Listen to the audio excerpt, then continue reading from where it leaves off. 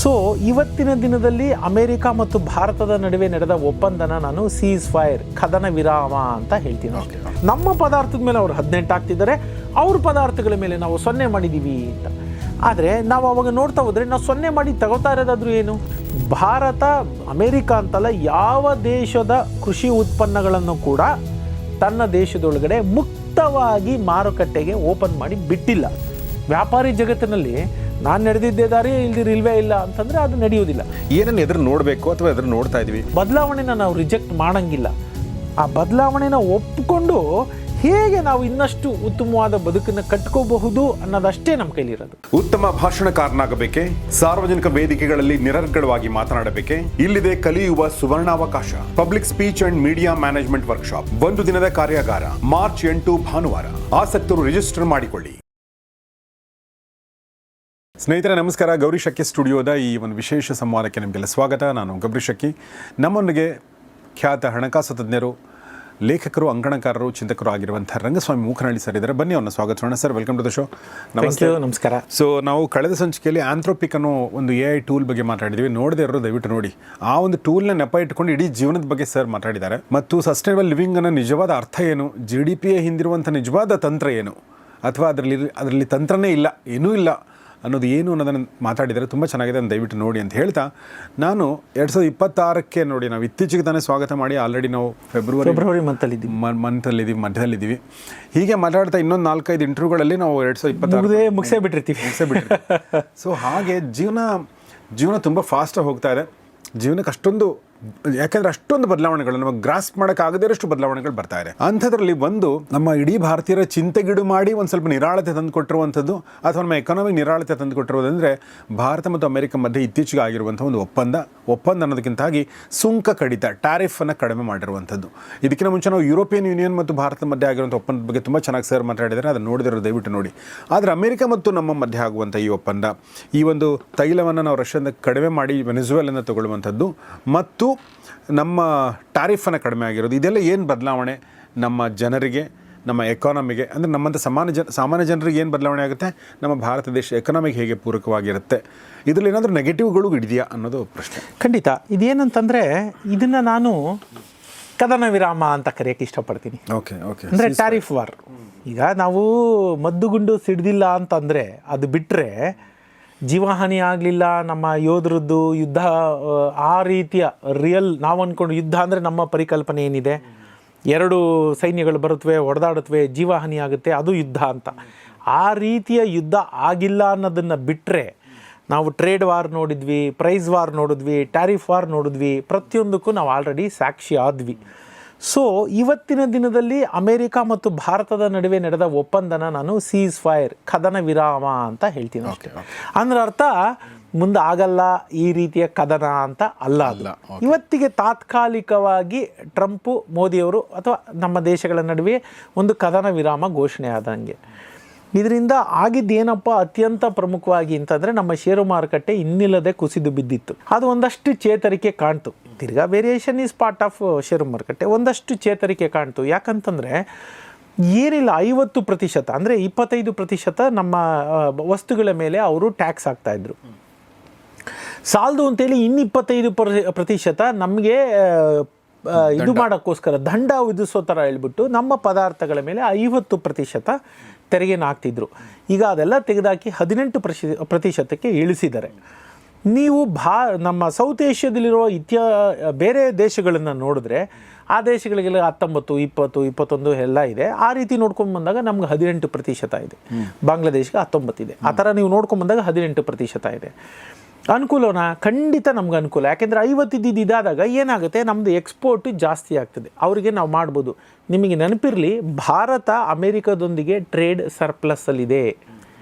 ನಾವು ಇದಕ್ಕೆ ಏನು ಅನ್ನೋದನ್ನು ಮುಂದೆ ಮಾತಾಡೋಕ್ಕೆ ಮುಂಚೆ ಏನು ಟ್ರೇಡ್ ಸರ್ಪ್ಲಸ್ ಅಂದ್ರೇನು, ಟ್ರೇಡ್ ಡಿಫಿಸಿಟ್ ಅಂದ್ರೇನು, ಟ್ರೇಡ್ ಈಕ್ವಲ್ ಅಂದ್ರೇನು ಅನ್ನೋದನ್ನು ತಿಳ್ಕೊಳ್ಳೋಣ. ಟ್ರೇಡ್ ಸರ್ಪ್ಲಸ್ ಏನು ಅಂತಂದರೆ, ನಾವು ಅಮೇರಿಕಕ್ಕೆ ಕಳಿಸುವ ಪದಾರ್ಥನ ರಫ್ತು ಅಂತ ಕರಿತೀವಿ, ಎಕ್ಸ್ಪೋರ್ಟ್ ಅಂತೀವಿ. ಅಮೇರಿಕದಿಂದ ನಾವು ಭಾರತಕ್ಕೆ ತರಿಸ್ಕೊಳ್ಳೋ ಪದಾರ್ಥನ ಆಮದು ಅಂತೀವಿ ಅಥವಾ ಇಂಪೋರ್ಟ್ ಅಂತ ಹೇಳ್ತೀವಿ. ಯಾವಾಗ ನಮ್ಮ ರಫ್ತು ಆಮದಿಗಿಂತ ಹೆಚ್ಚಾಗಿರುತ್ತೆ, ಅಂದರೆ ನಮ್ಮ ಎಕ್ಸ್ಪೋರ್ಟ್ ಜಾಸ್ತಿ ಇದ್ದು ನಮ್ಮ ಇಂಪೋರ್ಟ್ ಕಡಿಮೆ ಇದ್ದರೆ ಅದನ್ನು ಟ್ರೇಡ್ ಸರ್ಪ್ಲಸ್ ಅಂತ ಕರಿತೀವಿ. ಭಾರತ ಟ್ರೇಡ್ ಸರ್ಪ್ಲಸ್ಸಲ್ಲಿದೆ. ಅಂದರೆ ನಾವು ಜಾಸ್ತಿ ಎಕ್ಸ್ಪೋರ್ಟ್ ಮಾಡ್ತಾ ಇದೀವಿ, ಇಂಪೋರ್ಟ್ ಕಡಿಮೆ ಮಾಡ್ತಾ ಇದೀವಿ ಅಮೇರಿಕಕ್ಕೆ. ಎಕ್ಸಾಕ್ಟ್ಲಿ. ಹಾಗಾಗಿ ನಾವು ಭಾರತದ ಈಕ್ವೇಷನ್ ವಿತ್ ಅಮೇರಿಕಾ ಟ್ರೇಡ್ ಸರ್ಪ್ಲಸ್ಸಲ್ಲಿದ್ದೀವಿ. ಅದೇ ಅಮೇರಿಕದ ದೃಷ್ಟಿಯಲ್ಲಿ ಅದನ್ನು ನೋಡಿದಾಗ ಅವರು ಭಾರತದೊಂದಿಗೆ ಟ್ರೇಡ್ ಡಿಫಿಸಿಟಲ್ಲಿದ್ದಾರೆ. ಯಾಕಂದರೆ ಅವರು ಜಾಸ್ತಿ ಭಾರತದ ಪದಾರ್ಥಗಳನ್ನ ತಗೋತಾ ಇದ್ದಾರೆ, ಕಡಿಮೆ ಅವರ ಪದಾರ್ಥಗಳನ್ನು ನಮಗೆ ಮಾರ್ತಾ ಇದ್ದಾರೆ. ಹಾಗಾಗಿ ಅದು ಅವರಿಗೆ ಟ್ರೇಡ್ ಡಿಫಿಸಿಟ್ಟು, ನಮಗೆ ಟ್ರೇಡ್ ಸರ್ಪ್ಲಸ್. ಇದು ಈವರೆಗೆ ಇದ್ದಂಥ ಒಂದು ಇವತ್ತಿನ ತನಕನೂ ಅದೇ ಇರೋದು. ಎರಡರ ಮಧ್ಯೆ ನಾವು ಕೊಡೋದು ನಾವು ತಗೊಳ್ಳೋದು ಸಮ ಆದರೆ ಅದನ್ನ ಟ್ರೇಡ್ ಈಕ್ವಲ್ ಅಂತ ಕರಿತೀವಿ. ಅರ್ಥ ಆಯ್ತಲ್ವಾ? ಸೊ ಈಗ ಹೀಗಿದೆ. ಅಂದರೆ ಈ ದೃಷ್ಟಿಕೋನ ನೋಡಿದರೆ ನಾವು ಇನ್ನು ಬೆಟರ್ ಪೊಸಿಷನ್ ಅಮೆರಿಕ ಹೌದು. ಹೌದು, ಇವತ್ತಿನ ತನಕ ಅಮೆರಿಕದ ಜೊತೆಗಿನ ವ್ಯಾಪಾರ ವಹಿವಾಟಿನಲ್ಲಿ ನಾವು ಹೆಚ್ಚಿಗೆ ಲಾಭ ಗಳಿಸ್ತಾ ಇದ್ದೀವಿ ಅವ್ರಿಗಿಂತ. ಇದು ನಮ್ಮ ಇವತ್ತಿನ ಸನ್ನಿವೇಶ. ಇದಾಗಿರೋದ್ರಿಂದ ಏನಾಗ್ಬೋದು, ಇದನ್ನು ಎರಡು ರೀತಿಯಲ್ಲಿ ನಾವು ವಿಶ್ಲೇಷಣೆ ಮಾಡ್ಬೋದು. ಮೊದಲನೇ ವಿಶ್ಲೇಷಣೆ ಏನು ಅಂತಂದರೆ, ಈಗ 19% ಬಾಂಗ್ಲಾದೇಶಿ, ನಮ್ಗೆ 18% ಆಗಿದೆ. ನಮ್ಮದು ಬೇಕಾದಷ್ಟು ಜ್ಯುವೆಲ್ಸ್ ಇರ್ಬೋದು, ಗಾರ್ಮೆಂಟ್ಸು ಅಥವಾ ಜವಳಿ ಉದ್ದಿಮೆಗಳು, ಇಲ್ಲಿಂದ ನಾವು ಅತ್ಯಂತ ಹೆಚ್ಚು, ಆಮೇಲೆ ಈಗ ಆಲ್ರೆಡಿ ನಾವು ಫಾರ್ಮಾ ಮಾತ್ರೆಗಳು, ನಮ್ಮದು ತುಂಬ ಮೆಡಿಕಲ್ಗೆ ಸಂಬಂಧಪಟ್ಟಂಥದ್ದು ಅಲ್ಲಿಗೆ ರಫ್ತು ಮಾಡ್ತಾ ಇದ್ದೀವಿ. ಇವೆಲ್ಲ ಇನ್ನೂ ಅಷ್ಟು ಹೆಚ್ಚಳ ಆಗೋ ಸಾಧ್ಯತೆ ಇದೆ, ಯಾಕಂದರೆ ಬೇಕು. ಸೊ ನಾವು ಇವ್ರನ್ನ ಬಾಂಗ್ಲಾದೇಶನ ನಾವು ಕಡೆ ಮಲಗಿಸ್ಬಿಡ್ಬೋದು, ನಮ್ಮದು ಟೆಕ್ಸ್ಟೈಲೆಲ್ಲ ನಾವು ಜಾಸ್ತಿ ಮಾಡ್ಬೋದು, ಆಯಿತಾ? ಹಾಗಾಗಿ ನಮ್ಮ ಎಕ್ಸ್ಪೋರ್ಟ್ ಇನ್ನೂ ಗ್ರೋ ಆಗುವ ಸಾಧ್ಯತೆಗಳು ಒಂದು ನಿಚ್ಚಳವಾಗಿ ಕಾಣ್ತಾ ಇದೆ, ನಾವು ಮಾಡ್ಕೋಬೋದು. ಆಗ ಯಾಕೆ ಅವ್ರಿಗೆ ಇನ್ನಷ್ಟು ಕಡಿಮೆನೂ ಆಯಿತು. ಅಂದರೆ ಅಮೆರಿಕದ ಒಬ್ಬ ಖರೀದಿದಾರನಲ್ಲಿ ಅವನಿಗೆ ಕ್ಷಮತೆ ಹೆಚ್ಚಾಯಿತು. ಇಲ್ಲಿ ಒಂದು ತಗೊಳ್ಳೋ ಜಾಗದಲ್ಲಿ ಒಂದು ಕಾಲು ತಗೊಳ್ಳೋ ಅಷ್ಟು ಹೆಚ್ಚಾಯಿತು. ಯಾಕೆಂದರೆ ಒಂದು ₹100ಗೆ ₹150 ಕೊಡಬೇಕಾಗಿತ್ತು. ಈಗ ಅವ್ನಿಗೆ ಏನಾಗಿದೆ, $118 ಕೊಟ್ಟರೆ ಸಾಕು, ಅವನಿಗೆ ಪ್ರತಿ ₹150 ಮುಂದೆ ₹32 ಉಳಿತಾಯ ಆಗೋಕ್ಕೆ ಸ್ಟಾರ್ಟ್ ಆಯಿತು ಅವನಿಗೆ. ಸೊ ಅವನಿಗೆ ಅಂದರೆ ಖರೀದಿ ಶಕ್ತಿ, ಅವನ ಕ್ಷಮತೆ ಹೆಚ್ಚಾಯಿತು, ಕೊಳ್ಳೋ ಶಕ್ತಿ. ಹಾಗಾಗಿ ಅವನು ಹೆಚ್ಚು ಹೆಚ್ಚು ನಮ್ಮಿಂದ ಕೊಳ್ತಾನೆ. ಕೊಂಡಾಗ ನಮ್ಮ ಒಂದು ಎಕ್ಸ್ಪೋರ್ಟು ಜಾಸ್ತಿ ಆಗೋ ಸಾಧ್ಯತೆಗಳು, ಇದು ಒಂದು ಆಯಾಮ. ಎರಡನೇ ಆಯಾಮ, ಅವರು ನಮ್ಮ ಅಗ್ರಿಮೆಂಟ್ ಮಾಡಿಕೊಂಡಾಗ 500 ಬಿಲಿಯನ್ನಷ್ಟು ನಾವು ವ್ಯಾಪಾರ ಅಲ್ಲಿಂದ ನಾವು ತರಿಸ್ಕೋಬೇಕು, ಅವರಿಂದ ತರಿಸ್ಕೋಬೇಕು, ಮತ್ತು ರಷ್ಯಾದಿಂದ ತೈಲಗಳನ್ನ ತರಿಸ್ಕೋಬಾರ್ದು, ನಮ್ಮಿಂದನೇ ಎಲ್ಲ ವೆನಿಜುಲಾದೇ ಕೊಂಡ್ಕೋಬೇಕು ಅಂತೆಲ್ಲ ಹೇಳಿದ್ದಾರೆ. ಅದನ್ನು ನೋಡಿದಾಗ ನಾವು ಹಿಸ್ಟ್ರಿ ನೋಡ್ಕೊಂಬಂದರೆ ಯಾವತ್ತೂ ನಾವು ಅಷ್ಟು ದೊಡ್ಡ ಮೊತ್ತದ ವ್ಯಾಪಾರನ ಅವ್ರ ಜೊತೆ ಮಾಡೇ ಇಲ್ಲ. ನಮ್ಗೆ ಅಷ್ಟೊಂದು ತರಿಸ್ಕೊಳ್ಳೋಕೆ ನಮ್ಗೆ ಅವಶ್ಯಕತೆನೇ ಇಲ್ಲ ಅಮೆರಿಕದ ಜೊತೆ. ಹಾಗಾಗಿ ಅವ್ರು ಹೇಳಿದೆಲ್ಲ ಅವರು ಟಾರ್ಗೆಟ್. ಈಗ ಈಸ್ ಎ ಬಿಸ್ನೆಸ್ ಮ್ಯಾನ್, ಯಾರು ಟ್ರಂಪು, ನಾನು ಪದೇ ಪದೇ ಹೇಳ್ತೀನಿ, ಆತ ಒಬ್ಬ ವ್ಯಾಪಾರಿ. ಆತ ಯಾವಾಗಲೂ ಒಂದು ಟಾರ್ಗೆಟ್ ಫಿಕ್ಸ್ ಮಾಡ್ತಾನೆ. ಟಾರ್ಗೆಟ್ ಫಿಕ್ಸ್ ಆಗಿದ್ದೆಲ್ಲ ಯಾವಾಗಲೂ ರೀಚ್ ಆಗಬೇಕು ಅಂತಿದೆಯಾ? ಇಲ್ಲ, ಅವಶ್ಯಕತೆ ಇಲ್ಲ ಅಂದರೆ ನಾವು ಕೊಂಡ್ಕೊಳ್ಳಲ್ಲ. ಹಾಗಾಗಿ ಆತ ಹೇಳ್ತಾನೆ, ಹೇಳಿದ ತಕ್ಷಣ ಅದು ಕಂಪಲ್ಸರಿ ಅಂತ ಅಲ್ಲ. ಈಗ ನಮಗೇನು ಬೇಕೋ ಪದಾರ್ಥಗಳು ಅದು ನಾವು ಕೊಂಡ್ಕೋತೀವಿ. ಗಮನಿಸಿ, ನಮಗೂ ಅಷ್ಟೇ, ಈಗ ನಾವು ಅವ್ರ ಪದಾರ್ಥಗಳ ಮೇಲೆ 0 ಹಾಕಿದ್ವಿ. ನಮ್ಮ ಪದಾರ್ಥಗಳ ಮೇಲೆ ಅವ್ರು 18% ಹಾಕ್ತಿದ್ದಾರೆ. ಈಗ ಅವ್ರ ಪದಾರ್ಥಗಳ ಮೇಲೆ ಕೆಲವೆಲ್ಲ ನಾವು 13ರಿಂದ 50-60% ತನಕ, ಆವ್ರೇಜ್ 13.5%. ನಮ್ಮದು ಅವ್ರದ್ದು ಯಾವುದೇ ಪದಾರ್ಥ ಇರಲಿ, ಕೆಲವೊಂದು 100 ಇತ್ತು, ಕೆಲವೊಂದು 80, ಕೆಲವೊಂದು 60, ಕೆಲವೊಂದು 0, ಎಲ್ಲ ಲೆಕ್ಕ ಹಾಕೊಂಡ್ರೆ 13.5% ನಾವು ಆವ್ರೇಜು ಅವರಿಂದ ಬರುವ ಪದಾರ್ಥಗಳ ಮೇಲೆ ಇತ್ತು. ಅದನ್ನು ಈಗ 0 ಮಾಡಿದ್ದೀವಿ. ಇದೇನಾಗುತ್ತೆ, ಈಗ ಅದು ಜಗತ್ತಿಗೆ ಏನು ಅನಿಸುತ್ತೆ, ನಮ್ಮ ಪದಾರ್ಥದ ಮೇಲೆ ಅವ್ರು 18 ಹಾಕ್ತಿದ್ದಾರೆ, ಅವ್ರ ಪದಾರ್ಥಗಳ ಮೇಲೆ ನಾವು 0 ಮಾಡಿದ್ದೀವಿ ಅಂತ. ಆದರೆ ನಾವು ಅವಾಗ ನೋಡ್ತಾ ಹೋದರೆ, ನಾವು 0 ಮಾಡಿ ತಗೋತಾ ಇರೋದಾದ್ರೂ ಏನು, ತೈಲ 0 ಆಯಿತು ಅಂತಂದರೆ ನಮಗಿನ್ನೂ ನಮ್ಮ ಭಾರತೀಯ ಖರೀದಿದಾರರಿಗೆ ಚೀಪ್ ಆಯ್ತಲ್ಲ, ಪ್ರಾಡಕ್ಟ್ ಚೀಪ್ ಆಯ್ತಲ್ಲ, ನಮ್ಮ ಗೌರ್ಮೆಂಟ್ಗೂ ಚೀಪ್ ಆಯ್ತಲ್ವ. ಸೊ ಹಾಗಾಗಿ ನಾವು ಅದು ತುಂಬ ಇದು ಇಲ್ಲಿ ಒಂದೇ ಒಂದು ಅಂಶ ನಾವು ಸ್ವಲ್ಪ ಯೋಚನೆ ಮಾಡಬೇಕಾದ್ದೇನು ಅಂದರೆ, ಅಮೇರಿಕದ ಕೃಷಿ ಉತ್ಪನ್ನಗಳು, ಫಾರ್ ಎಕ್ಸಾಂಪಲ್ ಬಾದಾಮಿ, ಅವ್ರದ್ದು ಅಮೇರಿಕನ್ ಆಲ್ಮಂಡು ಸುಮ್ಮನೆ ಇದು ಮಾಡ್ತಾರೆ, ನಮ್ಮ ಕಡಲೆ ಬೀಜಕ್ಕಿಂತ ಅದಿನ್ನೇನು ಶ್ರೇಷ್ಠವಾದ್ದಲ್ಲ ಬಾದಾಮಿ. ಆದರೆ ಅವರು ಅದು ಹೇಳಿ ನಮ್ಗೆ $120-150 kg ಸಿಕ್ಕೋದನ್ನ ಅವ್ನು $700 ಮಾರ್ತಾರೆ, ಯಾವುದನ್ನ, ಬಾದಾಮಿನ. ಸೊ ಆ ಬಾದಾಮಿ ಇರ್ಬೋದು, ಪಿಸ್ತಾ ಇರ್ಬೋದು, ಆ ಸೋಯಾಬೀನ್ ಇರ್ಬೋದು, ಈ ಥರದೊಂದಷ್ಟು ಪದಾರ್ಥಗಳಿಗೆ ಇಲ್ಲಿ ಭಾರತಕ್ಕೆ ನಾವು ಬಾಗಿಲು ತೆಗೆದಿದ್ದೀವಿ. ಎಷ್ಟು ಮಟ್ಟಕ್ಕೆ ಅದು ನಾಳೆನೇ ಇಂಪ್ಲಿಮೆಂಟ್ ಏನು ಆಗಿಲ್ಲ, ಅದು ಎಷ್ಟು ಮಟ್ಟಕ್ಕೆ ನಾವು ಅದನ್ನು ತೆರೆದ ಬಾಗಿಲಿಂದ ಅದನ್ನು ಅಪ್ಕೋತೀವಿ ಅನ್ನೋದು ನೋಡಬೇಕು. ಹಾಗಾದಾಗ ನಮ್ಮ ಕೃಷಿ, ನಮ್ಮ ಇಲ್ಲಿ ಪದಾರ್ಥಕ್ಕೆ ನಾವು ಇನ್ನೊಂದು ಯೋಚನೆ ಮಾಡಬೇಕಾದ್ದೇನು ಅಂತಂದರೆ, ನಮ್ಮ ಮಾರುಕಟ್ಟೆಯಲ್ಲಿ ಅಷ್ಟು ಇನ್ನೂ ಅವು ಪೆನಿಟ್ರೇಟ್ ಆಗಿಲ್ಲ. ಇವಾಗ ಅದು ತೆಗೆದಿದ ತಕ್ಷಣ ನಾವು ಅದು ಅಮೇರಿಕಾದ್ದು ಹೊಂದಿದ ತಕ್ಷಣ ನಾವು ತಗೊಳ್ಳಲ್ಲ. ಯಾಕೆ ಅಂತ ನಾನೊಂದು ವಿಷಯ ಹೇಳ್ತೀನಿ. ಅವನು ಮಾರಾಟ ಮಾಡ್ತಾನೆ, ಅಲ್ಲಿ ನಾವು ಅವ್ರಿಗೆ ತೆರಿಗೆ ಇಲ್ಲ, 0 ತೆರಿಗೆಯಲ್ಲಿ ಬಿಟ್ರೂ ಟ್ರಾನ್ಸ್ಪೋರ್ಟೇಷನ್ ಕಾಸ್ಟ್ ಆಗಿರುತ್ತೆ. ಹೌದು. ಇಲ್ಲಿ ನಿಮಗೆ 120ಕ್ಕೋ 150ಕ್ಕೋ ಕಡಲೆ ಬೀಜ ಸಿಕ್ಕೋದು, ಅವ್ರು ಕಡಲೆ ಬೀಜನೇ ಕಳಿಸಿದ್ರೆ ಅವ್ರು 250 ಕಡಿಮೆ ಮಾರಕ್ಕೆ ಆಗೋದೇ ಇಲ್ಲ. ನಾವು ತಗೊಳ್ಳಲ್ಲ. ನಮ್ಮ ಮಾರ್ಕೆಟಲ್ಲಿ ಏನಿದೆ ಅದನ್ನೇ ತಗೋತೀವಿ. ನಾವು ಯಾತಕ್ಕೆ ಯಾವುದನ್ನು ಬೇರೆದನ್ನು ತಗೋತೀವಿ? ಅಲ್ವಾ? ಇಷ್ಟ್ರ ಮೇಲೆ ತೊಗೊಂಡ್ರು ನಮ್ಮ ಕ್ಷಮತೆ ಎಷ್ಟಿತ್ತು, ನಮ್ಮ ಡಿಮಾಂಡಿಗೆ ತಕ್ಕಂಥ ಸಪ್ಲೈ ಇಲ್ಲ ಅಂದರೆ ಆವಾಗ ವಿಧಿ ಇಲ್ಲದೆ ಅದನ್ನು ತೊಗೋತೀವಿ ಹೊರತು ಆಗ ತಪ್ಪೇನಿಲ್ವಲ್ಲ. ನಿಮಗೆ 100 kg ಕಡಲೆ ಬೀಜ ಬೇಕು ಅಂತ ಇಟ್ಕೊಳ್ಳಿ ಎಕ್ಸಾಂಪಲ್. ನಮ್ಮ demand, internal demand, domestic demand 100 kg ಕಡಲೆ ಬೀಜ ಇದೆ ಅಂತ ಇಟ್ಕೊಳ್ಳಿ. ನಾವು ಬೆಳೀತಿರೋದೇ 80 ಅಂದರೆ ಇನ್ನು 20 ಅಲ್ಲಿಂದ ತರಿಸ್ಕೊಂಡ್ರೆ ತಪ್ಪೇನು? ಕರೆಕ್ಟ್, ತರಿಸ್ಕೊಳ್ಳಿ ಬಿಡಿ. ಯಾರೋ ಒಬ್ಬರು ಶಕ್ತಿ ಇರೋರು ಇದು ಸಿಗ್ತಿಲ್ಲ ಅಂದರೆ ಆ ಕ್ವಾಲಿಟಿ ಅಮೇರಿಕಾದನ್ನ ಆಸೆ ಇಟ್ಕೊಂಡು ಅಲ್ಲಿ ತಗೊತಾರೆ, ತಿನ್ನಲಿ ಬಿಡಿ. ಸೊ ಆ ರೀತಿ ನಾವು ನೋಡಿದ್ರೆ ಅದು ನಮಗೆ ದೊಡ್ಡ ಮಹಾ ನಷ್ಟ ಅನ್ನೋದಲ್ಲ. ಆದರೆ ನಾವು ಹಿಂದಿನ ನಮ್ಮದು ಒಂದು ಹಿಸ್ಟ್ರಿ ನೋಡ್ಕೊಂಬಂದರೆ, ಚರಿತ್ರೆ ನೋಡ್ಕೊಂಬಂದರೆ, ಭಾರತ ಅಮೇರಿಕಾ ಅಂತಲ್ಲ ಯಾವ ದೇಶದ ಕೃಷಿ ಉತ್ಪನ್ನಗಳನ್ನು ಕೂಡ ತನ್ನ ದೇಶದೊಳಗಡೆ ಮುಕ್ತವಾಗಿ ಮಾರುಕಟ್ಟೆಗೆ ಓಪನ್ ಮಾಡಿ ಬಿಟ್ಟಿಲ್ಲ. ಈಗ ಇದೇನಾಗುತ್ತೆ ಅದನ್ನು ನೋಡಬೇಕು. ಕೆಲವೆಲ್ಲ ಕರಡುಗಳು ಮಾತಾಡಿರ್ತಾರೆ, ಇಟ್ಸ್ ಎ ಡ್ರಾಫ್ಟ್, ಕರಡು ಪ್ರತಿಗಳು ಎಲ್ಲ ಮಾತಾಡಿರ್ತಾರೆ. ಅದು ಇಂಪ್ಲಿಮೆಂಟ್ ಆಗೋದು ಹೇಗೆ? ನೀವು ಅಜಿತ್ ದೋವಲ್ ಅವರು ಒಂದು ಮಾತು ಹೇಳಿದ್ರು, ನೀವು ಅದನ್ನು ನೋಡಿದರೆ ಕೇಳಿದರೆ ನಿಮಗೆ ಇವಾಗ ರಿಕಾಲ್ ಆಗುತ್ತೆ. ಅವರು ಹೇಳ್ತಾರೆ, ಇನ್ನು 2-2.5 ವರ್ಷ ಇದೆ ಟ್ರಂಪ್ ಅವಧಿ, ಆಯಿತಾ? ಅದನ್ನು ಇಂಪ್ಲಿಮೆಂಟ್ ಮಾಡೋವಾಗಲೇ ಹಾಗೆ ಹೀಗೆ ಟೈಮ್ ಮಾಡಿಕೊಂಡು ಇನ್ನೊಂದು ಮಾತುಕತೆ, ಅದು ಒಂದು ಸರಿ ಒಂದಿದ್ದಾರೆ ಮಾತಾಡ್ತಿರಿ ಕೂತ್ಕೋತಾರೆ, ಇಲ್ಲ ಇದರಲ್ಲಿ ಯಾಕೋ ನಮಗೆ ಸರಿ ಬರ್ತಿಲ್ಲ, ನಮ್ಮ ಎಕ್ಸ್ಪರ್ಟ್ಸ್ ಹೇಳ್ತಿದ್ದಾರೆ ಇದನ್ನು ರೀನೆಗೋಷಿಯೇಟ್ ಮಾಡಬೇಕು. ದೊಡ್ಡದು 100 ಸೆಕ್ಟರ್ಸ್ ಇದೆ.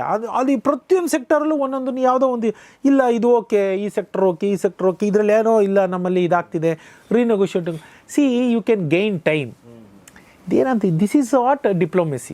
ಇನ್ನೆಂಥದಿಲ್ಲ, ನೇರವಾಗಿ ಮುಖಕ್ಕೆ ಇಲ್ಲ ನಾನು ನಿನ್ನ ಜೊತೆ ವ್ಯಾಪಾರ ಮಾಡೋದಿಲ್ಲ, ನನಗೆ ನಿನ್ನ ಕೃಷಿ ಉತ್ಪನ್ನ ಇಷ್ಟ ಇಲ್ಲ. ಅವನು ಹೇಳ್ತಾನೆ, ಬರೀ ನೀನು ಮಾತ್ರ ಲಾಭ ಮಾಡ್ಕೊಂಡ್ರೆ ಸಾಕಾ, ನಂದು ಲಾಭ ಆಗಬೇಕಲ್ಲ ಅಂತ.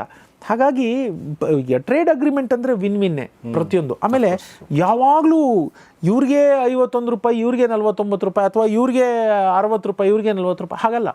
ವ್ಯಾಪಾರ ಅಂದಾಗ ಒಂದು ಸರಿ ಒಬ್ರಿಗೆ ಒಂದು ವಲಯದಲ್ಲಿ ಗೆದ್ದಿರ್ತಾರೆ, ಇನ್ನೊಂದೊಬ್ಬರದಲ್ಲಿ ಇನ್ನೊಬ್ಬರು ತಗ್ಗಿ ಬಗ್ಗೆ ನಡಿಬೇಕಾಗುತ್ತೆ.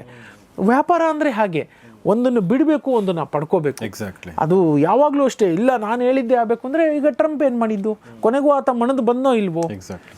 ನಾನು ಹೇಳ್ದಂಗೆ ಆಗಬೇಕು, ಇದು ನಾನು ಹೇಳಿದ್ದೆ my way or no way ಅನ್ನೋದ್ರೆ ಅದು ನಡೆಯಲ್ಲ. ವ್ಯಾಪಾರಿ ಜಗತ್ತಿನಲ್ಲಿ ನಾನು ನಡೆದಿದ್ದೇ ದಾರಿ, ಇಲ್ವೇ ಇಲ್ಲ ಅಂತಂದರೆ ಅದು ನಡೆಯೋದಿಲ್ಲ. ವೈಯಕ್ತಿಕ ಮಟ್ಟದಲ್ಲಿ ನಾನು ನೀವು ಏನು ಬೇಕಾದ್ರೂ ಮಾಡ್ಕೋಬೋದು. ಜಗತ್ತು, ಜಾಗತಿಕ ಸಮಸ್ಯೆ, 2 ದೇಶಗಳು ವ್ಯಾಪಾರ ಅಂತ ಬಂದಾಗ ಅಲ್ಲಿ ಒಬ್ಬರು ಒಂದು ವಲಯದಲ್ಲಿ ಒಪ್ಕೋಬೇಕಾಗುತ್ತೆ, ಸೋತಾಗೂ ಆಗಬೇಕಾಗುತ್ತೆ, ಇನ್ನೊಂದು ವಲಯದಲ್ಲಿ ಗಳಿಸ್ಕೋಬೇಕಾಗುತ್ತೆ. ಅದೇ that is what is diplomacy. So there is all possibility. ನನಗನ್ಸೋದು ಇವತ್ತಿನ ಕರಡು ಪ್ರತಿಗಳು ಇವುಗಳನ್ನ ಅಗ್ರಿಮೆಂಟ್ ನೋಡಿದ ಪ್ರಕಾರ ಕೃಷಿ ಉತ್ಪನ್ನಗಳು, ಕೆಲವೊಂದು ಉತ್ಪನ್ನಗಳಿಗೆ, ಎಲ್ಲವುದೂ ಅಲ್ಲ, ಒಂದಷ್ಟು ಮೆನ್ಷನ್ ಮಾಡಿದ್ದಾರೆ. ಅಂಥವುಗಳಿಗೆ ಇಲ್ಲಿ ನಾವು ಮಾರುಕಟ್ಟೆ ಒದಗಿಸ್ಕೊಡ್ತೀವಿ ಅನ್ನೋ ರೀತಿಯೇ ಇದೆ. ಅದು ಆಲ್ರೆಡಿ ಸ್ವಲ್ಪ ಚರ್ಚೆಗೂ ಒಳಪಟ್ಟಿದೆ. ಅದನ್ನೆಲ್ಲ ನೋಡಿದ್ರೆ ಅದು ಏನಾಗುತ್ತೆ ಮುಂದಿನ ದಿನಗಳಲ್ಲಿ, ದೇ ಮೇ ಗೇನ್ ಟೈಮ್. ಅದು ಪೂರ್ಣವಾಗಿ 2 ವರ್ಷ ಅನ್ನೋದು ದೊಡ್ಡದೇ ಅಲ್ಲ. ಯಾಕಂದರೆ ಒಬ್ಬ ವ್ಯಕ್ತಿ ಇನ್ನೊಬ್ಬ ವ್ಯಕ್ತಿ ಕೂತ್ಕೊಂಡು ಮಾತಾಡೋಕ್ಕೆ ವಾರಗಟ್ಟಲೆ ಆಗೋಗಿರುತ್ತೆ.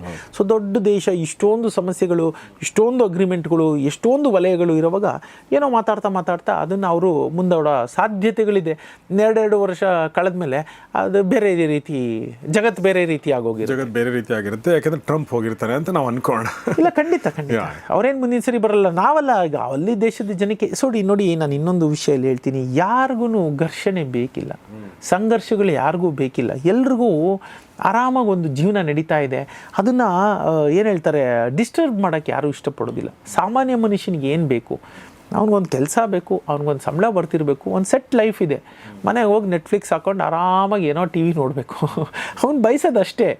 ಹೆಚ್ಚಿನ ಬೈಕಿಗಳು ಏನಿಲ್ಲ. ಜನಸಾಮಾನ್ಯರು 85%, ನಾನು ಹೇಳ್ತೀನಿ, ಇಡೀ ಜಗತ್ತನ್ನು ತೊಗೊಂಡ್ರೆ 15 ಜನ ಮಾತ್ರ ರಿಯಲ್ ಪ್ಲೇಯರ್ಸ್, 15% ಅಷ್ಟೇ. 15%, 100ಕ್ಕೆ 15 ಜನ. ನಾನು ಆ ಥರದಲ್ಲಿ ಹೇಳಿದೆ, 100ಕ್ಕೆ 15 ಜನ ಅಷ್ಟೇ ನೀವು ಎಲ್ಲ ದಿನನಿತ್ಯದ ಇವುಗಳಲ್ಲಿ, ಆ ಗೇಮಲ್ಲಿ ಇನ್ನೊಂದರಲ್ಲಿ ಪಾರ್ಟಿಸಿಪೇಟ್ ಮಾಡೋದು.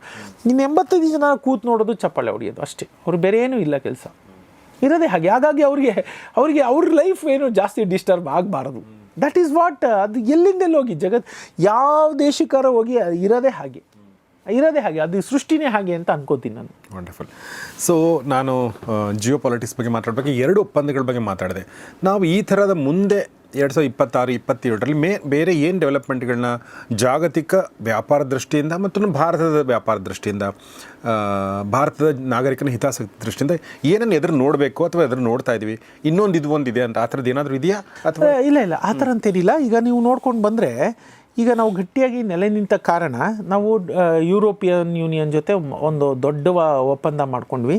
ಅಮೆರಿಕ ಅದಾದ ನಂತರದ ದಿನಗಳಲ್ಲೇ 15 ತಿಂಗಳ ಒಳಗಡೆ ಅಮೆರಿಕ ಬಂದು ಒಪ್ಪಂದ ಆಯಿತು. ನಮ್ಮದು ಆಸ್ಟ್ರೇಲಿಯಾ ಜೊತೆ ಆಗಿದೆ, ನ್ಯೂಜಿಲೆಂಡ್ ಜೊತೆ ಆಗಿದೆ, ಜಗತ್ತಿನ ಎಲ್ಲ ಪ್ರಮುಖ ದೇಶಗಳ ಜೊತೆಗೆ ಒಂದು ಹೊಸ ಒಪ್ಪಂದಗಳಾಗಿದೆ.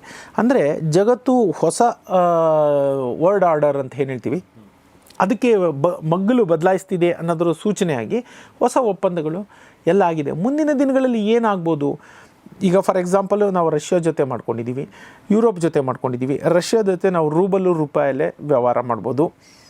ಯುರೋಪಿಯನ್ ಯೂನಿಯನ್ ಜೊತೆ ನಾವು ಯೂರೋದಲ್ಲೇ ವ್ಯಾಪಾರ ಮಾಡ್ಬೋದು.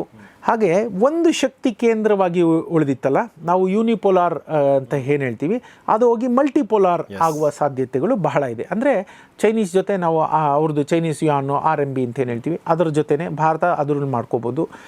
ಯುರೋಪಿಯನ್ ಯೂನಿಯನ್ ಜೊತೆ ಅದೇ ಮೇಜರ್ ಅಲ್ಲ, ಮತ್ತು ಇದು ರಷ್ಯಾದ ಜೊತೆ ಇವಳ ಜೊತೆನೇ ನಾವು ಮಾಡ್ಕೊಂಡು ಹೋದರೆ ಆಗ ಅಮೆರಿಕ ಜೊತೆ ಮಾಡುವಾಗ ಡಾಲರಲ್ಲೇ ಮಾಡ್ತೀವಿ.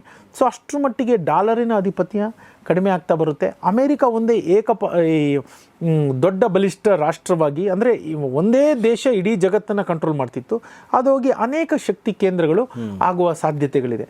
ಇವೆಲ್ಲದರ ನಡುವೆ ನಮ್ಮದು ಬ್ರಿಕ್ಸ್ ಒಕ್ಕೂಟ ಏನಾನ ಒಪ್ಪಿಗೆ ಆಗಿ ಅದಕ್ಕೆ ಭಾರತನೇ ಒಪ್ಪಿಗೆ ಕೊಡಬೇಕಾಗಿರೋದು. ಬೇರೆ ದೇಶಗಳಿಗೆ ಅಂಥ ಏನೂ ತೊಂದರೆ ಇಲ್ಲ, ಅವರು ಬ್ರಿಕ್ ಕರೆನ್ಸಿ ಮಾಡೋಕ್ಕೆ ಅವ್ರು ರೆಡಿ ಇದ್ದಾರೆ. ಭಾರತನೇ ಒಪ್ಪಿಗೆ ಕೊಟ್ಟಿಲ್ಲ, ಅಂದರೆ ನಾನು ಪಾರ್ಟಿಸಿಪೇಟ್ ಮಾಡಲ್ಲ ಅನ್ನೋ ರೀತಿಯಲ್ಲೇ ಹೇಳಿದೆ. ಮುಂದಿನ ದಿನಗಳೇ ಅದೇನಾದರೆ ಆ ಬ್ರಿಕ್ಸ್ ಒಕ್ಕೂಟದಲ್ಲಿರುವಂಥ ಎಲ್ಲ ದೇಶಗಳು ಬ್ರಿಕ್ ಕರೆನ್ಸಿಲೇ ವ್ಯಾಪಾರ ಮಾಡೋಕ್ಕೆ ಶುರು ಮಾಡಿದ್ರೆ ಇಟ್ ಈಸ್ ವೆರಿ ಕ್ಲಿಯರ್, ಇದು ಮಲ್ಟಿಪೋಲಾರ್ ಸಮಾಜ ಆಗಿ ನಿರ್ಮಾಣ ಆಗುತ್ತೆ. ಆಗ ನಾವೇನು ನಿರೀಕ್ಷಣೆ ಮಾಡಬೇಕು ಅಂತಂದರೆ, ನೋಡಿ ಈಗ ನಮ್ಮ ಇದು ಪ್ಲೇಯರ್ಸ್ ಇದ್ದಾರಲ್ಲ, ಒಬ್ಬ ಇದ್ದರು, ಅಮೇರಿಕ ಒಬ್ಬ ಹೇಳಿದ್ದು ಮಿಕ್ದವರೆಲ್ಲ ಕೇಳೋದಿತ್ತು. ಇವಾಗ 6 ರಿಂದ 8 ಜನ ಬಿಗ್ ಪ್ಲೇಯರ್ಸ್ ಜಾಗತಿಕ ವಿತ್ತ ಜಗತ್ತು ಅಥವಾ ಜಾಗತಿಕ ಎಲ್ಲ ವಿದ್ಯಮಾನಗಳನ್ನು ಯಾವ ಡೈರೆಕ್ಷನಲ್ಲಿ ಹೋಗಬೇಕು ಅಂತ ನಿರ್ಧಾರ ಮಾಡೋರು 8-9 ಜನ ಅಥವಾ 7-8 ಜನ ಆಗ್ತಾರೆ ಅಂತ ಇಟ್ಕೊಳ್ಳಿ. ಅದರಲ್ಲಿ ಭಾರತ ಪ್ರಮುಖ ಪಾತ್ರ ವಹಿಸೋದು ಖಂಡಿತ, ಅದನ್ನು ನಾವೇನು ಹೇಳಲೇಬೇಕಾಗಿಲ್ಲ, ಹಾಗೇ ಆಗುತ್ತೆ. ಇದ್ರ ಜೊತೆಗೆ ನಾನು ಯಾವಾಗಲೂ ಹೇಳ್ತಿರ್ತೀನಿ, ಹಾಗಾಗಿ ಮುಂದಿನ 10-15 ವರ್ಷ ನಮಗೆ ಸೇರಿದ್ದು, ಭಾರತಕ್ಕೆ ಸೇರಿದ್ದು ಅಂತ ನಾನು ಹೇಳ್ಕೊಂಡು ಬರ್ತಾನೆ ಇದ್ದೆ. ಟು ಮೈ ಸರ್ಪ್ರೈಸ್ ನಾನು ಮೊನ್ನೆ ಯೂಟ್ಯೂಬಲ್ಲಿ ಒಂದು ನೋಡ್ತಾ ಇರ್ಬೇಕಾದ್ರೆ, ಈ ನಮ್ಮದು ಬ್ಲ್ಯಾಕ್ ರಾಕ್ ಸಂಸ್ಥೆ ಇದೆಯಲ್ಲ, ಈಗ ಜಿಯೋ ಜೊತೆ ಒಪ್ಪಂದ ಮಾಡ್ಕೊಂಡಿದ್ದಾರೆ. ಜಿಯೋ ಜೊತೆ ಮಾಡ್ಕೊಂಡಿದ್ದಾರೆ, ಬ್ಲ್ಯಾಕ್ ರಾಕ್ ಇಸ್ ಅಮೆರಿಕನ್ ಇದು. ಸೊ ಅವರು CEO ಅವ್ರು ಹೇಳ್ತಾರೆ, ನನಗೆ ಅಚ್ಚರಿ ಆಯಿತು, ಅಯ್ಯೋ ನಾನು ಇನ್ನೂ 10-15 ಅಂತ ಹೇಳ್ತಿದ್ದೀನಿ. ಆ ವ್ಯಕ್ತಿ ಹೇಳ್ತಾರೆ ನೆಕ್ಸ್ಟ್ 25 ಇಯರ್ಸ್ ಭಾರತಕ್ಕೆ ಸೇರಿದ್ದು ಅಂತ ಹೇಳ್ತಾರೆ. ನಾವಿಲ್ಲಿ ಅವ್ರು ಬಂದಿರೋದೇ, ಅವ್ರು ಯಾಕೆ ಬಂದಿದ್ದಾರೆ ಇಲ್ಲಿ? ಯಾಕೆಂದರೆ ದ ಗ್ರೋತ್ ಸ್ಟೋರಿ ಇಲ್ಲಿ ನೋಡಿ, ಎಷ್ಟು ನೀವೇ ನೋಡಿದ್ದೀರಾ, ಇನ್ನೂರೆಷ್ಟು ರಸ್ತೆಗಳಾಗಬೇಕು, ಎಷ್ಟು ಪಾರ್ಕುಗಳಾಗಬೇಕು. ನಮಗೆ ಈಗ ಯುರೋಪಿಯನ್ ಮಟ್ಟದ, ಅಮೆರಿಕದ ಮಟ್ಟದ ಜೀವನ ಶೈಲಿ, ಆ ಮಟ್ಟದ ಒಂದು ಜೀವನ ಆಗಬೇಕು ಅಂತಂದರೆ ಇಲ್ಲಿ ಇನ್ನೂ ಎಷ್ಟು ಆಗಬೇಕು ಅಲ್ವಾ? ನಾವೀಗ ಹಳೆ ವಿಡಿಯೋದಲ್ಲಿ ಮಾತಾಡಿದ್ವಿ, ಇದೇನಿದು ನಾವು ಜಾಬ್ ಲಾಸ್ ಆಗುತ್ತೆ, ಇದಾಗುತ್ತೆ, AI ಬರುತ್ತೆ, ಇದಾಗುತ್ತೆ, ಸಂಸ್ಥೆಗಳು ಇರುತ್ತೆ, ಅದು ಮುಂದುವರಿತಾ ಇರುತ್ತೆ. ಜಾಬ್ ಲಾಸ್ ಎಲ್ರಿಗೂ ಆಗುತ್ತೆ ಅಂತಲ್ಲ, ಒಂದು 40 ಜನ ಕೆಲಸ ಕಳ್ಕೊತಾರೆ. ನಾನು ಅದಕ್ಕೆ ಹೇಳಿದ್ದು, ಅದು ನಾವು ಪೂರ್ಣವಾಗಿ ಇದನ್ನು ಟೆಕ್ನಾಲಜಿನ ಬೇಡ ಅನ್ನೋಂಗೂ ಇಲ್ಲ. ಭಾರತ ಮತ್ತು ಅದು GDP ಬಗ್ಗೆ ಮಾತಾಡಿದ್ವಿ, GDPನೂ ಜಾಸ್ತಿ ಆಗೇ ಆಗುತ್ತೆ. ಅದು ನಾವು ಬೇಕೋ ಬೇಡವೋ, ಇವತ್ತು ನಾವು ಆಲ್ರೆಡಿ ಅದರಲ್ಲಿದ್ದೀವಿ ಈಗ ಅಂತೇಳಿ ನಾನು ನೋಡಿ ಕಾಂಟ್ರಡಿಕ್ಟ್ ಅನ್ನಿಸ್ಬೋದು. ಇಲ್ಲಿ ಒಂದಷ್ಟು ಜನ ಇದ್ದಾರಲ್ಲ, ನೀವು ಅಲ್ಲೋದ್ರೂ ಇನ್ಫ್ರಾಸ್ಟ್ರಕ್ಚರ್ ಎಲ್ಲ ಕಡೆ ಸೇಮ್ ಆಗುತ್ತೆ. ನಾನು ಅದಕ್ಕೆ ಹೇಳಿದ್ದು, ಈಗ ನೀವು ವಿದೇಶಗಳಲ್ಲಿ ಯಾವ್ಯಾವ ಹಳ್ಳಿಗೆ ನೋಡಿದ್ರೂ ಎಲ್ಲ ಸೇಮೇ ಕಾಣುತ್ತೆ, ಅವ್ರಿಗೆ ಬೇಕಾದ್ದೆಲ್ಲ ಇರುತ್ತೆ. ಅವ್ರಿಗೇನು ಆ್ಯಕ್ಚುಲಿ ಹೇಳ್ಬೇಕಂದ್ರೆ, ನೀವು ಪ್ಯಾರಿಸ್ ನಗರದಲ್ಲಿರೋಕ್ಕಿಂತ ಯಾವುದೋ ಸೌತ್ ಆಫ್ ಫ್ರಾನ್ಸ್ನ ಯಾವುದೋ ಬೇರೆ ಹಳ್ಳಿಗಳಲ್ಲಿರೋದು ಉತ್ತಮವಾದ ಜೀವನ. ಇಲ್ಲೂ ಅದೇ ಒಂದು ಮಟ್ಟದ ಬದಲಾವಣೆಗಳಾಗುತ್ತೆ. ಒಂದು ನಗರ ಕೇಂದ್ರೀಕೃತ ಬದುಕು ಬದಲಾಗಿ ಎಲ್ಲ ಕಡೆ ಸ್ಪ್ರೆಡ್ ಆಗುತ್ತೆ. ಈವನ್ ಆಗಿ ಎಲ್ಲ ಕಡೆ ಬೆಳವಣಿಗೆ, ಅಭಿವೃದ್ಧಿ ಕಾಣ್ತಾ ಹೋಗುತ್ತೆ. ಯಾರ್ಯಾರು ನಮ್ಮ ಊರಲ್ಲಿ ನಾವು ನಮ್ಮ ಬದುಕು ಕಟ್ಕೋಬಹುದು ಅನ್ನುವಂಥ ಪರಿಸ್ಥಿತಿಗಳು ನಿರ್ಮಾಣ ಆಗ್ತದೆ. ಇನ್ನೊಂದು 20-25 ವರ್ಷ. ಅದಕ್ಕೆ ಹೇಳಿದ್ದು, ಏನಿಲ್ಲ, ನಾವು ನಮ್ಮ ರೂಟ್ಸ್ಗೆ ಹೋಗೋಕ್ಕೆ ನಾವು ಹೆದರಬೇಕಾಗಿಲ್ಲ. ನಾವು ಹೋಗಬೇಕು, ಎಲ್ಲಿ ಹೋಗಿ ಅದನ್ನೇ ಮಾಡಿಕೊಂಡು ಅದ್ರ ಜೊತೆಗೆ ಇನ್ನಷ್ಟು ನಾವು ಸ್ಕಿಲ್ ಡೆವಲಪ್ಮೆಂಟ್ ಮಾಡಿಕೊಂಡ್ರೆ, ಇವತ್ತು ನೀವೇನು ಬೆಂಗಳೂರ್ದು ಯಾವುದೋ ಆಫೀಸ್ ಸ್ಪೇಸಲ್ಲಿ ಬಂದು ಕೂತ್ಕೊಂಡು ವರ್ಕ್ ಮಾಡಬೇಕು ಅಂತೇನಿಲ್ಲ. ಥ್ಯಾಂಕ್ಸ್ ಟು ಕರೋನಾ ಅದು ನಮ್ಗೆ ಇವತ್ತೊಂದು ಪಾಠ ಕಲಿಸ್ತು. ನೀವು ಎಲ್ಲಿ ಬೇಕಾದ್ರೂ ಕೂತ್ಕೊಂಡು ಕೆಲಸ ಮಾಡ್ಬೋದು ಅಂತ. ಅನ್ಲೆಸ್ ಅಂಡ್ ಅಂಟಿಲ್ ನೀವು ಫಿಸಿಕಲ್ ಇದು ಏನು ಹೇಳ್ತಾರೆ, ನೀವು ಇಲ್ಲಿ ಇರಬೇಕು, ಉಪಸ್ಥಿತಿ ಇರಬೇಕು ಅನ್ನೋದಿಲ್ಲ ಅಂದರೆ ನೀವು ಎಲ್ಲಿ ಬೇಕಾದ್ರೂ ಕೂತ್ಕೊಂಡು ಮಾತಾಡ್ಬೋದು. ಇವತ್ತು ಎಂಥದ್ದು ಬಂದುಬಿಟ್ಟಿದೆ ಅಂತಂದರೆ, ಈಗ ನೀವು ನಾಳೆ ಇಲ್ಲಿ ಕೂರಬೇಕಾದ ಅವಶ್ಯಕತೆನೇ ಇಲ್ಲ. ನಾನು ಮೈಸೂರು ಮನೇಲಿ ಕೂರ್ಬೋದು, ನೀವು ನಿಮ್ಮ ಮನೆಯಲ್ಲೋ ಅಥವಾ ಸ್ಟುಡಿಯೋದಲ್ಲೋ ಕೂರ್ಬೋದು. ಇದೇ ಒಂದು ಇದನ್ನು ನಾವು ಇಷ್ಟೇ ಉತ್ತಮವಾದ ಗುಣಮಟ್ಟದ ವಿಡಿಯೋನ ನಾವು ಶೂಟ್ ಮಾಡ್ಬೋದು. ಆ ಒಂದು ಇವತ್ತು ಆಲ್ರೆಡಿ ಮಾಡ್ತಾ ಇದ್ದಾರೆ ಜನ, ಆ ಥರದ್ದೊಂದು ಬಂದೋಗಿದೆ. ಹಾಗಾಗಿ ಅದು ಒಳಿತಿಗಾಗಿಯೇ ಬದಲಾಗುತ್ತೆ. ಅದನ್ನು ನಾವು ಅಷ್ಟೇ, ನಾನು ಹೇಳನಲ್ಲ, ಯಾವುದೂ ಅಷ್ಟೇ ನಾವು ರಿಜೆಕ್ಟ್ ಮಾಡೋಂಗಿಲ್ಲ. ಈ AI ಬಂತು, ಇನ್ನೊಂದು ಬದಲಾವಣೆನ ನಾವು ರಿಜೆಕ್ಟ್ ಮಾಡೋಂಗಿಲ್ಲ. ಆ ಬದಲಾವಣೆನ ಒಪ್ಪಿಕೊಂಡು ಹೇಗೆ ನಾವು ಇನ್ನಷ್ಟು ಉತ್ತಮವಾದ ಬದುಕನ್ನು ಕಟ್ಕೋಬಹುದು ಅನ್ನೋದಷ್ಟೇ ನಮ್ಮ ಕೈಲಿರೋದು. ಎಸ್, ಈ ಯೂನಿಪೋಲಾರ್ ಇರುವಂಥದ್ದು ಜಗತ್ತು ಒಳ್ಳೆಯದಲ್ಲ, ಯೂನಿಪೋಲಾರ್ ಇರುವಂಥ ದೇಶ ಕೂಡ ಒಳ್ಳೆಯದಲ್ಲ. ಖಂಡಿತ. ಮಲ್ಟಿಪೋಲಾರ್ ಅಂತ ಸರ್ ಹೇಳಿದ್ದು ಭಾಳ ಚೆನ್ನಾಗಿದೆ ಆ ಪಾಯಿಂಟು. ಅಮೆರಿಕ ಒಂದೇ ಪ್ಲೇಯರ್ ಅಲ್ಲ, ಸುಮಾರು ಪ್ಲೇಯರ್ಗಳು. ಅದೇ ಥರ ಬೆಂಗಳೂರು ಒಂದೇ ಅಲ್ಲ, ಕರ್ನಾಟಕದಲ್ಲಿ ಸುಮಾರು ಸಿಟಿಗಳು. ಆ ಸಿಟಿಗಳಂದ್ರೆ ಮತ್ತೆ ಬೆಳಗಾಮು, ಗುಲ್ಬರ್ಗ ಅದೇ ಆಗಬೇಕಾಗಿಲ್ಲ, ನಿಮ್ಮ ಹಳ್ಳಿ ಕೂಡ ಒಂದು ಸಿಟಿ ಎಲ್ಲಿ ಬೇಕಾದ್ರೂ ಬದುಕು ಆಗ್ಬಹುದು. ಆ ಥರದೊಂದು ಸೌಲಭ್ಯ ಈ ಒಂದು ಟೆಕ್ನಾಲಜಿ ನಮಗೆ ಕಟ್ಕೊಡ್ತಾ ಇದೆ. ಆಮೇಲೆ ಅಲ್ಲಿ ಹೋದಾಗ ನಿಮಗೆ ನನಗೆ ಯಾವಾಗಲೂ ಅನ್ಸೋದು, ನಮ್ಮ ಡಿಸ್ಟ್ರಿಕ್ಟ್ ಪ್ಲೇಸ್ಗಳಿರುವಂಥ ಸ್ನೇಹಿತರು ತುಂಬ ಅವರು ಖುಷಿಲಿದ್ದಾರಂತೆ. ಅಂದರೆ ನಾನು ಕಂಪೇರ್ ಮಾಡ್ತಿದ್ದೆ, ಅವ್ರ ಹತ್ರ ಒಂದು ಸಣ್ಣ ಮನೆ ಇದೆ, ಅವ್ರ ಹತ್ರ ಒಂದು ಬೈಕ್ ಒಂದು ಕಾರೂ ಇದೆ. ಅವರು ಎಲ್ಲಿ ಹೋಗ್ತಾರೋ ಒಂದು 5 ನಿಮಿಷ 10 ನಿಮಿಷದಲ್ಲಿ ಹೋಗ್ಬಿಡ್ತಾರೆ. ಓಕೆ, ಓಡಾಡ್ಕೊಂಡು ಸಂಜೆ ತುಂಬ ಫ್ರೀಯಾಗಿ ಕಾಫಿ ಕುಡ್ಕೊಂಡು ಹರಟೆ ಹೊಡ್ಕೊಂಡು ಟೈಮ್ ಪಾಸ್ ಮಾಡ್ತಿರ್ತಾರೆ. ನಿಜವಾಗ್ಲೂ ಅವ್ರು ತುಂಬ ಖುಷಿಲಿದ್ದಾರೆ ಅಂತ ನಮ್ಗೆ ಅನ್ಸುತ್ತೆ. ನಮಗೆ ನಮ್ಮ ಬೆಂಗಳೂರಿನಲ್ಲಿ ಆ ಒಂದು ಸಮಯ ಇಲ್ಲ. ಯಾಕೆಂದರೆ ನಮ್ಮದು ಮುಕ್ಕಾಲು ಪಾಲು ಸಮಯ ನಾವು ಟ್ರಾಫಿಕಲ್ಲಿ ಕಳೀತೀವಿ. ಸೊ ಹೀಗಿದೆ. ಬಟ್ ತುಂಬ ಒಳ್ಳೆ ವಿಚಾರಗಳನ್ನ ರಂಗಸ್ವಾಮಿ ಸರ್ ಹೇಳಿದರು. ಮುಂದಿನ 25 ವರ್ಷ ಭಾರತದ ಅಂದಮೇಲೆ ಏನೇ ಈ ಥರದ ಆಂಥ್ರೋಪಿಕ್ ಬಂದರೂ ಕೂಡ ಹೇಗೆ ಬದುಕು ಕಟ್ಕೊಳ್ಬೇಕು, ಹೇಗೆ ಸಸ್ಟೈನಬಲ್ ಲಿವಿಂಗ್ ಮಾಡಬೇಕು, ಹೇಗೆ ಅಪ್ಸ್ಕಿಲ್ ಆಗಬೇಕು, ಹೇಗೆ ಅಡಾಪ್ಟಬಲ್ಲು ಮತ್ತು ಫ್ಲೆಕ್ಸಿಬಿಲಿಟಿ ಇಟ್ಕೊಂಡ್ರೆ ದೇವರನ್ನ ಯಾವುದು ಕೂಡ ಶತ್ರುಗಳಲ್ಲ, ಎಲ್ಲವೂ ಮಿತ್ರರೇ. ಅದು ಜೊತೆಗೆ ಇನ್ನೊಂದು ಅಂಶ ಹೇಳಬೇಕು ಅಂತಂದರೆ, ಇವಾಗ ನೋಡಬೇಕು ನೀವು, ಡೇಟಾ ಸೆಂಟರ್ ಅಂತ ಕರೀತಾರೆ.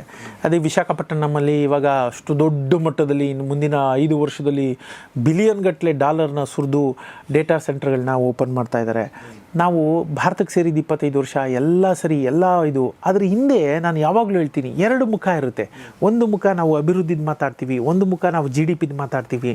ಅದ್ರ ಜೊತೆಗೆ ನಾನು ಈ ಮಾತುಗಳನ್ನು ಹೇಳದಿದ್ರೆ ಅಪರಾಧ ಆಗುತ್ತೆ. ಹಾಗಾಗಿ ಅದು ಗೊತ್ತಿರೋದ್ರಿಂದ, ಆ ಮುಖನೂ ಗೊತ್ತಿರೋದ್ರಿಂದ ಹೇಳ್ತೀನಿ, AI ಇರ್ಬೋದು, ಈ ಥರದ್ದೆಲ್ಲ ಮಾಡೋದಕ್ಕೆ ಅತಿ ಹೆಚ್ಚು ಎನರ್ಜಿ ಬೇಕಾಗುತ್ತೆ, ನೀರು ಬೇಕಾಗುತ್ತೆ. ನಿಮ್ಗೆ ಆಶ್ಚರ್ಯ ಅನ್ನಿಸ್ಬೋದು, ಎನರ್ಜಿ ಬೇಕಾಗುತ್ತೆ, ನೀರು ಬೇಕಾಗುತ್ತೆ. ಹಾಗಾಗಿ ಅವರು ಎಲ್ಲ ತೊಗೊಂಬಂದು ಭಾರತದಲ್ಲಿ ಮಾಡ್ತಾಯಿದ್ದಾರೆ. ಅಭಿವೃದ್ಧಿ ಏನೋ ಆಗುತ್ತೆ, ಇಲ್ಲ ಅಂತಲ್ಲ. ಎಲ್ಲಿಂದ ತರ್ತೀರಿ ಅಷ್ಟು ಎನರ್ಜಿ, ಎಲ್ಲಿಂದ ತರ್ತೀರಿ ಅಷ್ಟೊಂದು ನೀರು? ಅದನ್ನೆಲ್ಲ ನೋಡಿದಾಗ, ಸೊ ಅದರದ್ದು ಇನ್ನೊಂದು ಸೈಡ್ ಎಫೆಕ್ಟ್ ನೋಡಿದಾಗ, ಅದು ನಮ್ಮ ಒಂದು ಏನಿದೆ ಸಂಪನ್ಮೂಲಗಳನ್ನ ಅವ್ರು ಬರಿದು ಮಾಡ್ತಾರಲ್ಲ, ನಮ್ಮ ಹತ್ರ ಏನೋ ಬರುತ್ತೆ. ಆಮೇಲೆ ಇವತ್ತಿನ ಬಡ್ಜೆಟ್ ನೋಡಿದ್ರೆ, ಈ ಸರಿ ಬಡ್ಜೆಟ್ಟು ಫ್ಲಾಟ್ ಅನ್ನೋ ಥರನೇ ಇತ್ತು. ಇದನ್ನು ಐ ಡೋಂಟ್ ನೋ, ಹೇಳಬೇಕು ಹೇಳ್ಬಾರ್ದು, ಆದರೆ ಹೇಳಿಬಿಡ್ತೀನಿ. ಎಲ್ಲ ಫ್ಲಾಟ್. ಆದರೆ ಅದು ಒಳಗಡೆ ನೀವು ತೆಗೆದು ನೋಡಿದಾಗ, ಈ ಥರ ಡೇಟಾ ಸೆಂಟ್ರ್ಗಳಿಗೆ ಅಮೆರಿಕದಿಂದ ಎಲ್ಲರೂ ಇಲ್ಲಿ ಬರ್ತಾರೆ, ಅವ್ರದ್ದೆಲ್ಲ ಕಂಪ್ನಿಗಳದ್ದು ಬೇಕಾದಷ್ಟು ಇಲ್ಲಿ ಕೊಡ್ತಾರೆ, ಎಲ್ಲ ಮಾಡ್ತಾರೆ. ಅದು ಭಾರತದ ಮೂಲದವರು ಮಾಡಿರುವ ಡೇಟಾ ಸೆಂಟ್ರ್ಗಳನ್ನೇ ಯೂಸ್ ಮಾಡ್ಕೋಬೇಕು ಅಂತ ಒಂದು ಕ್ಲಾಸ್ ಹಾಕಿದ್ದಾರೆ ಅದರಲ್ಲಿ. ಸೊ ಹೀಗೆ ಅಂದರೆ ನಾವು ಪಾಲಿಸಿ ಮೇಕರ್ಸು ಯಾವ ಪಾಲಿಸಿ ಮಾಡಬಹುದು ಅನ್ನೋದನ್ನು ಮುಂದಾಲೋಚನೆ ಮಾಡಿದ ಸಂಸ್ಥೆಗಳು ಅಥವಾ ವ್ಯಕ್ತಿಗಳು ಆಲ್ರೆಡಿ ಇಲ್ಲಿ ನಮ್ಮ ಭಾರತದಲ್ಲಿ ಡೇಟಾ ಸೆಂಟರ್ಗಳನ್ನ ತೆಗೆದಿದ್ದಾರೆ. ಈಗ ಅವರು ಅದರಿಂದ ಅತಿ ದೊಡ್ಡ ಲಾಭ ಆಗುತ್ತೆ. ಯಾಕಂದರೆ ಅವ್ರು ಯಾರೇ ಬಂದರೂ ಅವರು ಸ್ವಂತ ಡೇಟಾ ಸೆಂಟರ್ ತೆಗಿಯೋಕ್ಕಾಗೋದಿಲ್ಲ. ಅವ್ರು ದುಡ್ಡು ಹಾಕಬೇಕು, ಇಲ್ಲಿ ಆಲ್ರೆಡಿ ಇರೋ ಡೇಟಾ ಸೆಂಟರ್ನ ಸೇವೆಯನ್ನು ಉಪಯೋಗಿಸ್ಕೋಬೇಕು, ಇಲ್ಲ ಪಾಲುದಾರಿಕೆಯಲ್ಲೇ ಬರಬೇಕು. ಹಾಗಾಗಿ ಅದು ಭಾರತಕ್ಕೆ ಆ ವಲಯದಲ್ಲಿ ಒಂದಷ್ಟು ಇಲ್ಲಿ ಯಾರನ್ನ ಕೆಲಸ ಕಳ್ಕೊಂಡ್ರೆ, ಅವ್ರು ಸ್ಕಿಲ್ ಡೆವಲಪ್ ಮಾಡಿಕೊಂಡ್ರೆ ತಿರ್ಗಿ ಅಲ್ಲಿ ಬೇಕಾಗುತ್ತೆ. ನಾನು ಅದನ್ನೇ ಹೇಳಿದ್ದು, AI ಪೂರ್ಣವಾಗಿ ಕೆಲಸ ತೆಗೆಯುತ್ತೆ ಅಂತಲ್ಲ. ಇರುವ ಹಳೇ ಕೆಲಸಗಳು, ಎಷ್ಟೋ ಕೆಲಸಗಳು ರಿಡೆಂಡೆಂಟ್, ಅವುಗಳನ್ನ ಮೂಲೆ ಗುಂಪಿಗೆ ಸೇರಿಸುತ್ತೆ, ಹೊಸ ಕೆಲಸ ಸೃಷ್ಟಿ ಆಗ್ತದೆ. ಹಾಗಾಗಿ ನಾನು ಯಾವಾಗಲೂ ಹೇಳೋದಷ್ಟೇ, 100 ಕೆಲಸದಲ್ಲಿ ಒಂದು 40 ಜನ ಯಾರು ಅಡಾಪ್ಟ್ ಆಗಲ್ಲ, ಅವ್ರಿಗೆ ಹೋಗ್ತಾರೆ. ಇನ್ನೊಂದು 60 ಜನ ಇದು ಹೊಸ್ದಾಗಿ ಬಂದವರು, ಹೊಸ ಮಕ್ಕಳು ಈಚೆ ಕಡೆ ಬರ್ತಾರೆ. ಅವರು ಅದಕ್ಕೆ ಆಲ್ರೆಡಿ ಅವ್ರಿಗೆ they are train for that. ಅವ್ರಿಗಿದು ಗೊತ್ತೇ ಇಲ್ಲ. ಈಗ ಇದನ್ನು ಹಳೇದನ್ನ ಮರೆತು ಹೊಸದಕ್ಕೆ ಅಡಾಪ್ಟ್ ಆದವ್ರಿಗೆ ಜೀವನ ಇಲ್ಲ ಅಂತೇನಿಲ್ಲ, ಜೀವನ ಇದ್ದೇ ಇದೆ. ಅದಿಲ್ಲ ಅಂದವರು ಬೇರೆ ರೀತಿ ಬದುಕನ್ನು ಕಟ್ಕೋಬೋದು. ನಾನು ಹೇಳಿದೆ, ಏನು ಯಾವಾಗಲೂ ನಾವು ಕಂಪ್ಯೂಟ್ರಲ್ಲಿ ಕೆಲಸ ಮಾಡಿದ್ರೆ ಅಥವಾ IT ಸೆಕ್ಟ್ರಲ್ಲಿ ಕೆಲಸ ಮಾಡಿದ್ರೆ ಮಾತ್ರ ಉಂಟು, ಇಲ್ದಿರೋ ಬದುಕಿಲ್ಲ ಅನ್ನೋದು ಅದು ತಪ್ಪದು. ಹಾಗೇನಿಲ್ಲ, ಬದುಕನ್ನು ಹೇಗೆ ಬೇಕಾದ್ರೂ ಎಲ್ಲಿ ಬೇಕಾದರೂ ನಮಗೆ ಬೇಕಾದಂಗೆ ನಾವು ಕಟ್ಕೋಬಹುದು. ಎಸ್, ಆ ಒಂದು ಪಾಸಿಟಿವ್ ನೋಟ್ ಮೂಲಕ ಈ ಒಂದು ಸಂದರ್ಶನ ಮುಗಿಸ್ತಾ ಇದ್ದೀನಿ. ಭಾಳ ಅದ್ಭುತವಾದ ವಿಚಾರಗಳನ್ನ ಹೇಳಿದ್ದಾರೆ, ಇನ್ಸೈಟ್ಫುಲ್ ವಿಚಾರಗಳನ್ನ ಹೇಳಿದ್ದಾರೆ ಗ್ಲೋಬಲ್ ಪಾಲಿಟಿಕ್ಸ್ ಸಂಬಂಧಪಟ್ಟಂತೆ ಭಾರತದ ಪರಿಪ್ರೇಕ್ಷ್ಯದಲ್ಲಿ, ಭಾರತದ ದೃಷ್ಟಿಕೋನದಲ್ಲಿ. ಸೊ 25 ವರ್ಷ ಮುಂದಿನ ಭಾರತಕ್ಕೆ ಸೇರಿದ್ದು ಅನ್ನೋ ಮಾತು ಇದೆಯಲ್ಲ, ಅದು ನಮಗೆ ಕಾನ್ಫಿಡೆನ್ಸ್ ಕೊಡುತ್ತೆ. ಭಾರತ ಸೇರಿದ್ದು ಅಂತಂದರೆ ಎಲ್ಲ ಆಗ್ಬಿಡುತ್ತೆ, ನಾವು ಅದನ್ನು ಲೆಟ್ಸ್ ರೀಪ್ ದ ಬೆನಿಫಿಟ್ಸ್ ಅಲ್ಲ, ಪಾಲದ ಅಂದರೆ ನಾವು ಅದರಲ್ಲಿ ಇನ್ವಾಲ್ವ್ ಎಕ್ಸಾಕ್ಟ್ಲಿ. ಹೌದು. ನಾವು ಕಾಂಟ್ರಿಬ್ಯೂಷನ್ ಮಾಡಬೇಕಾಗತ್ತೆ, ನಾವು ಬೆಳವಣಿಗೆಗಳಿಗೆ ಹೊಸ ಬೆಳವಣಿಗೆ ತೆರೆದುಕೊಳ್ಬೇಕಾಗತ್ತೆ, ಅದನ್ನು ಅಡಾಪ್ಟ್ ಮಾಡ್ಕೋಬೇಕು, ಫ್ಲೆಕ್ಸಿಬಲ್ ಆಗಿರಬೇಕು ಮತ್ತು ಅದರಲ್ಲಿ ಏನೋ ಕೆಲಸ ಮಾಡಬೇಕಾಗತ್ತೆ. ಅವಾಗ ಮಾತ್ರ ಅದು ನಮ್ಮದಾಗ ಸಾಧ್ಯ ಅಲ್ವಾ? ಸೊ ಹಾಗೆ ಈ ವಿಚಾರಗಳನ್ನ ಹೇಳಿದ್ದಕ್ಕಾಗಿ ನಾನು ರಂಗಸ್ವಾಮಿ ಮೂಕನಹಳ್ಳಿ ಅವರಿಗೆ ನಿಮ್ಮೆಲ್ಲರ ಪರವಾಗಿ ಧನ್ಯವಾದಗಳು ಹೇಳ್ತೇನೆ ಸರ್. ತುಂಬ ಥ್ಯಾಂಕ್ಸ್. ನಮಸ್ಕಾರ.